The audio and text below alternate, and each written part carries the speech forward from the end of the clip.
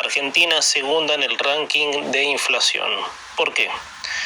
El dato se dio a conocer a fines de la semana pasada, entre el jueves y el viernes. Ya el sábado era noticia en todos los diarios, aclarando que no en los diarios que están a favor del relato, pero en la mayoría de los medios el dato que se asomaba por esos días, el fin de semana, era noticia.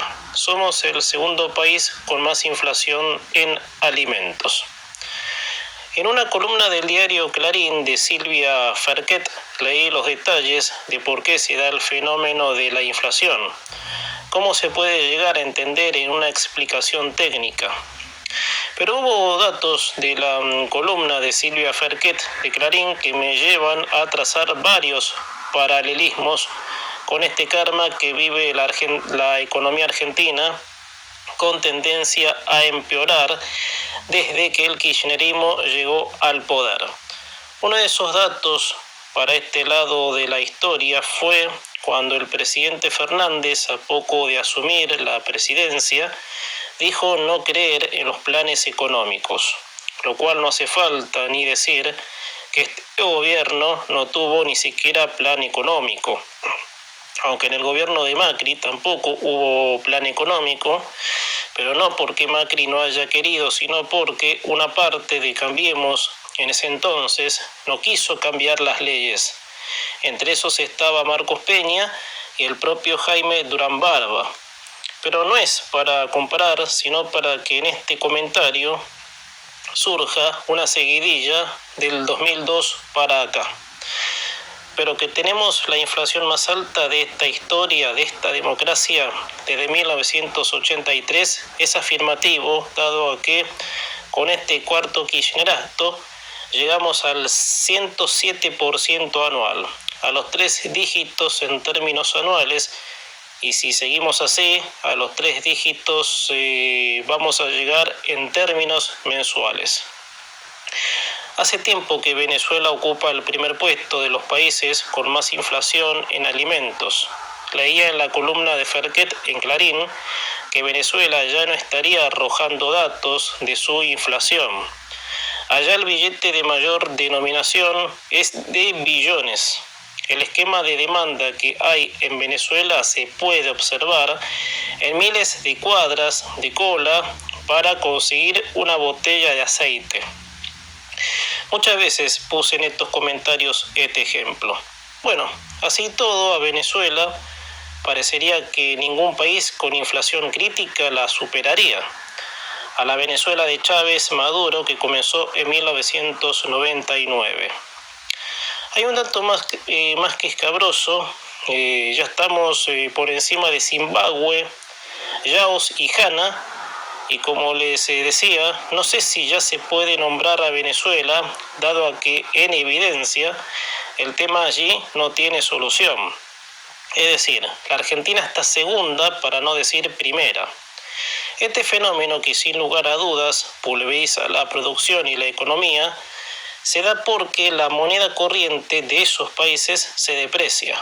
Se deprecia por la desmedida emisión monetaria, que es mucho más alta que la propia producción. En la Argentina, durante la versión década ganada del kirchnerismo, la misma fue negada con los peores versos. Desde el dicho del impresentable de Moreno, que ahora es precandidato a presidente, de que se podía comer con 6 pesos por día, hasta la inflación psicológica del señor Alberto Fernández. O sea, nunca hacerse cargo de las políticas fallidas que nos llevaron a este 107%, sino divagar en cuanto burbujas se encierran.